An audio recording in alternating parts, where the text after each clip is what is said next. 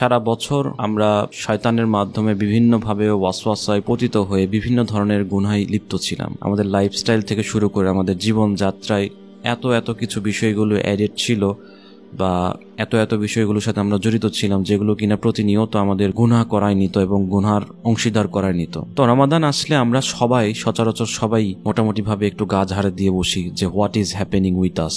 এই মাসটাতে আগে যেরকম নামাজ কাজা দিতাম, এই মাসটাতে নামাজ কাজা দিই না, নামাজ পড়ার চেষ্টা করি। এই মাসটাতে রোজা রাখি, এই মাসটাতে খারাপ কাজগুলো থেকে বিরত থাকি। এই সেন্সটা কিন্তু আমাদের বাই ডিফল্ট তৈরি হয়। আল্লাহ সুবহানাহু ওয়া তাআলার অশেষ মেহেরবানিতে আমরা এই রমাদানকে পেয়েছি। রমাদান মাস নিজেদেরকে পরিবর্তন করার মাস, রমাদান মাস আত্মশুদ্ধির মাস। এই রমাদান মাসকে একটা ট্রেনিং সেশনের মতো ধরা যায়। তো এইটা যেহেতু একটা ট্রেনিং সেশন, এটা যেহেতু একটা ট্রেনিং পিরিয়ড, এবং এই মাসে আমরা অনেকটা কনসার্ন থাকি ভালো কাজ করার দিকে, ইবাদত করার দিকে, গুনাহ থেকে দূরে সরে আসার দিক থেকে, তো কেন না আমরা এটাকে একটু ভালোভাবে ইউজ করি।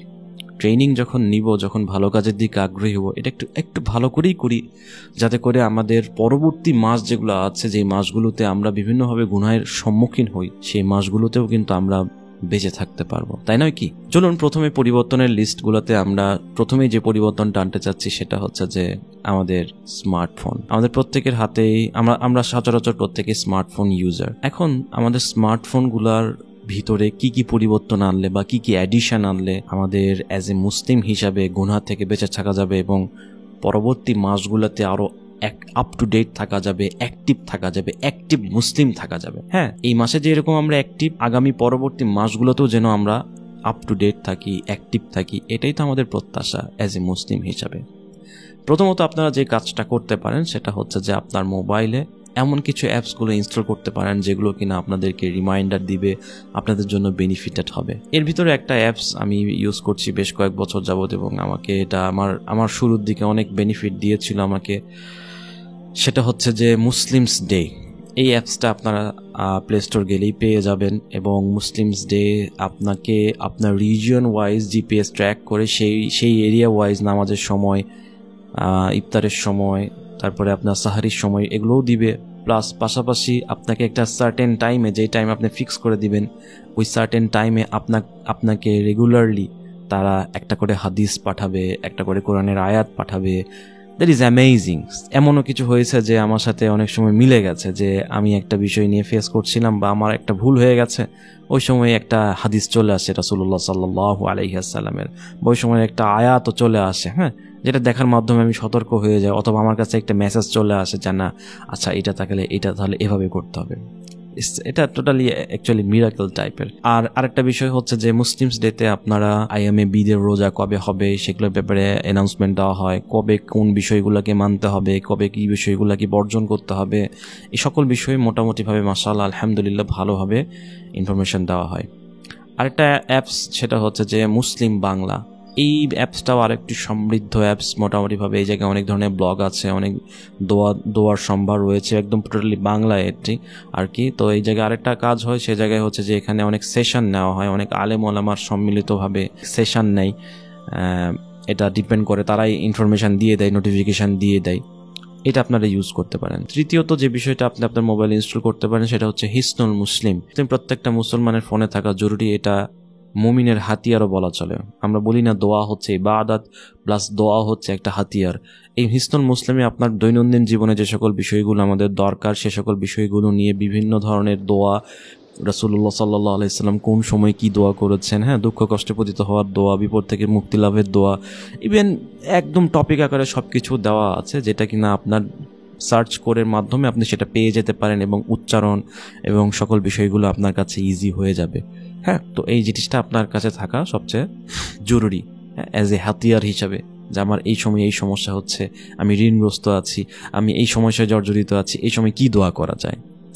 4 নাম্বার যে বিষয়টা আপনার মোবাইলে রাখতে পারেন সেটা অবশ্যই আল কোরআনের অ্যাপসটা রাখতে পারেন। এই আল কোরআনের অ্যাপসের ভিতরে বিভিন্ন ধরনের অ্যাপস আছে। কার্ড ব্লগের আল কোরআন রয়েছে, যে জায়গায় আপনি বাংলা উচ্চারণ সহ এবং বাংলা মিনিং সহ আল কোরআনের আয়াতগুলো দেখতে পারবেন, এবং আয়াতে ক্লিক করার পরে সংক্ষিপ্ত তাফসির আহসানুল বায়ানও ওখানে রিভিল করে। মাশাআল্লাহ, এটা খুব ভালো লেগেছে আমার কাছে, আমি অনেক ইউজ করি এই অ্যাপটা।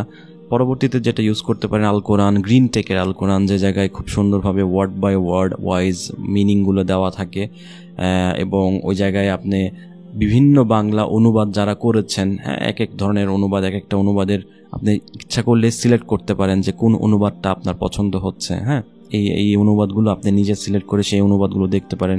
ওখানে ইংলিশের অনুবাদ রয়েছে এবং ইংলিশে কার অনুবাদ আপনি চাচ্ছেন সেটাও সেখানে সিলেক্ট করা যায়। মাশাআল্লাহ, এটা খুবই বেনিফিট এবং ওখানে কপি করারও খুব ভালো অপশন রয়েছে। আপনি ইচ্ছা করলে সেখান থেকে আয়াত কপি করে বিভিন্ন আপনার পোস্ট করতে পারেন, গ্রুপে দিতে পারেন, পেজে দিতে পারেন। That would be a good দাওয়া অ্যাজ ওয়েল। আর এটা আল কোরআনের অ্যাপস হচ্ছে যে 15 লাইনস আল কোরআন, যেটা হচ্ছে যে হাফিজিয়া যে জিনিসটা আছে আমাদের বাসায় সচরাচর যে কোরআন শরীফটা থাকে সাধারণত নুরানি কোরআন শরীফ, এটাও আপনারা রাখতে পারেন। যারা একদম কোরআনকে অ্যাজ এ বইয়ের মতো করে পড়তে চান, তাদের ভিতরে একদম পুরো 1 পৃষ্ঠার ভিতরে একটা কোরআন থাকবে, 15 লাইনের একটা কোরআন থাকবে। এই জিনিসগুলো আপনারা রেগুলারলি স্টাডি করুন। দেখুন, আমাদের এগুলো যদি আমরা ইউজ না করি, আমাদের মোবাইলে কিন্তু অ্যাপসের অভাব নেই। আমাদের মোবাইলে গেমসের অ্যাপস অনেক, আমাদের মোবাইলে সোশ্যাল মিডিয়া দিয়ে ভরা। আমরা এক সময় মানে যখনই অবসর পাচ্ছি তখনই এই অ্যাপসগুলো ঘাঁটতেছি, তখনই ফেসবুকে যাচ্ছি, নোটিফিকেশান চেক করছি, ফেসবুক আমাকে নোটিফিকেশান দিচ্ছে, আমি ফেসবুকে নোটিফিকেশানে ক্লিক করে ফেসবুককে সময় দিচ্ছি, মেসেঞ্জার আমাকে নোটিফিকেশান দিচ্ছে, আমি মেসেঞ্জারে নোটিফিকেশান ক্লিক করে মেসেঞ্জারকে সময় দিচ্ছি। হ্যাঁ, বিভিন্ন গেমসের অ্যাপসগুলো আমাকে নোটিফিকেশান দিয়ে ডেকে নিয়ে যাচ্ছে। ওয়াই নট ইসলামিক অ্যাপসগুলো আমাকে নোটিফিকেশান দেখ, একটা আয়াত অথবা একটা মেসেজ, এবং সেখানে যদি আমি যাই আমার টাইমটা কি বেনিফিটেড হবে কি হবে না? অবশ্যই বেনিফিটেড হবে। এবং এখান থেকে আমি একটা মেসেজও পেয়ে যাচ্ছি, একটা হাদিস জানতে পারছি, একটা কোরআন জানতে পারছি।